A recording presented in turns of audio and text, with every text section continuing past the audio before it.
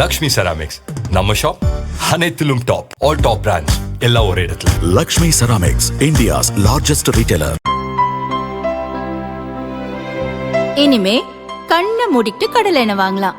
ஏன்னா மந்த்ரா கடலை எண்ணெய் இதயத்தின் தயாரிப்பு. வறுக்க, பொரிக்க, ஏன் எல்லா சமையலுக்கும் மந்த்ரா தான். மந்த்ரா கடலை எண்ணெய், அபார ருசி, ஆரோக்கியமான உடல் நலம். மேற்கு ஆசியாவில் நிலவும் போர் பதற்றம் காரணமாக ஹார்முஸ் ஜலசந்தியை ஈரான் மூடியுள்ளது.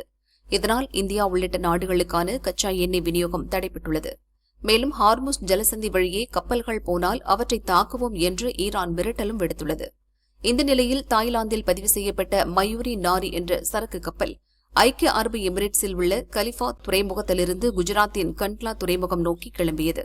கப்பலில் இந்தியர்கள் உட்பட மொத்தம் 23 பேர் இருந்தனர். ஹார்முஸ் ஜலசந்தி அருகே வந்தபோது கப்பல் மீது ஏவுகணை வீசி தாக்குதல் நடத்தப்பட்டது. இதில் என்ஜின் அறை தீப்பிடித்து எரிந்தது. இதையடுத்து ஓமன் கடற்படையினர் மீட்புப் பணிகளில் ஈடுபட்டனர். இந்த தாக்குதலில் 2 இந்தியர்கள் பரிதாபமாக இறந்தனர். 20 பேர் மீட்கப்பட்டனர். மாயமான மற்றொருவரை தேடும் பணி நடக்கிறது. இந்த கப்பலை யார் தாக்கினார்கள் என்பது குறித்து விசாரணை நடந்து வந்தது. இந்நிலையில் தாக்குதல் நடத்தியது நாங்கள்தான் என ஈரான் ஒப்புக்கொண்டுள்ளது.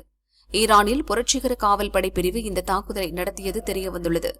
இதனிடையே இந்த சம்பவத்திற்கு இந்திய வெளியுறவுத்துறை அமைச்சகம் கண்டனம் தெரிவித்துள்ளது. இது தொடர்பாக அமைச்சகம் வெளியிட்ட அறிக்கையில் கூறியிருப்பதாவது: தாய்லாந்து கப்பல் மீதான தாக்குதலை இந்தியா கடுமையாக கண்டிக்கிறது. இந்த கப்பல் குஜராத் கண்ட்லா துறைமுகத்துக்கு வந்து கொண்டிருந்தது. மேற்காசியாவில் நடக்கும் மோதலுக்கு வர்த்தக கப்பல்கள் இலக்காக மாற்றப்படுவது வருத்தத்திற்குரியது. இந்த மோதல்கள் தொடங்கியதில் இருந்தே இந்தியர்கள் உட்பட பலர் இறந்துள்ளனர். தாக்குதலின் தீவிரமும் பலியும் அதிகரித்து வருகிறது. வர்த்தக கப்பல்கள் மற்றும் அப்பாவி கப்பல் பணியாளர்களுக்கு ஆபத்து ஏற்படுவதை தடுக்க வேண்டுமென வெளியுறவு அமைச்சகம் வலியுறுத்தியுள்ளது.